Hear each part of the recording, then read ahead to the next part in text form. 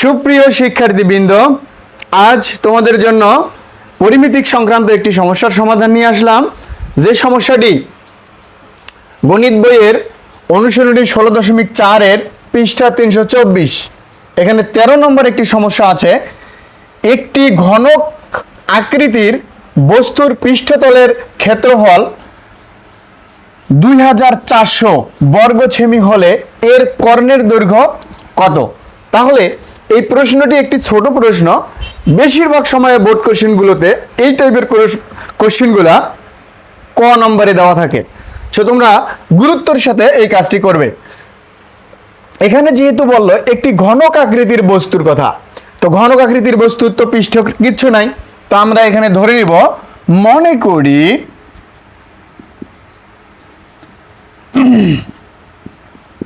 ঘনকের এক বাহু এ।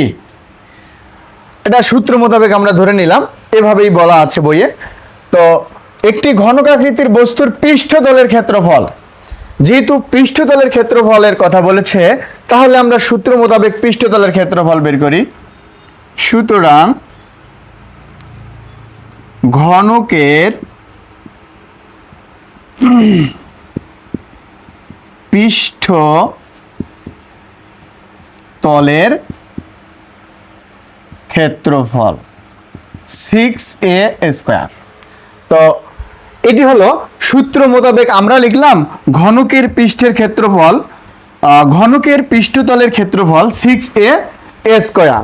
এখন এখানে প্রশ্নে বলা হয়েছে পৃষ্ঠতলের ক্ষেত্রফল 2400 বর্গ সেমি। শর্ত মতে ওই 6a স্কয়ার ইকুয়াল ওই 2400 ইমপ্লাইজ অফ 6a স্কয়ার গুণ অবস্থায় আছে, ওটা গিয়ে ভাগ হবে, বা a স্কয়ার ইকুয়াল, এখন আমরা দেখতে পাচ্ছি 2400 কে 6 দ্বারা ভাগ করলে হবে 4 6 24 400।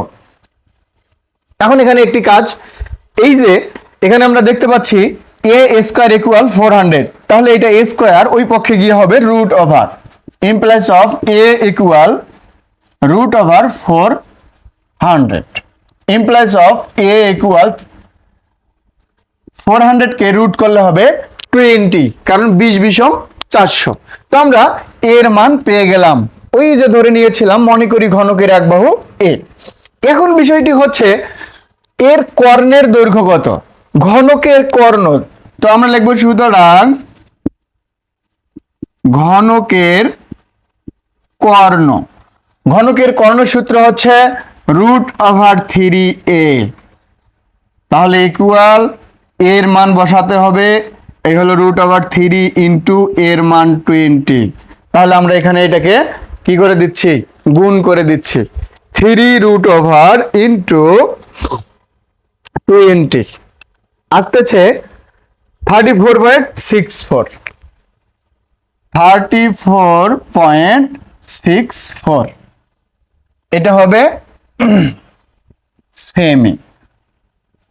This is our answer. তো আমরা একটি ছোট্ট সমস্যার সমাধান করে ফেললাম। এই সমস্যাটি ক নম্বর অঙ্কগুলোতে বেশিরভাগ আসে। তো কাজেই তোমরা এটাকে গুরুত্বের সাথে সুন্দর করে বারবার করে করবে, যত বেশি করবে তত বেশি সুন্দর হবে। Okay, be good, be healthy. Number today, আল্লাহ হাফেজ।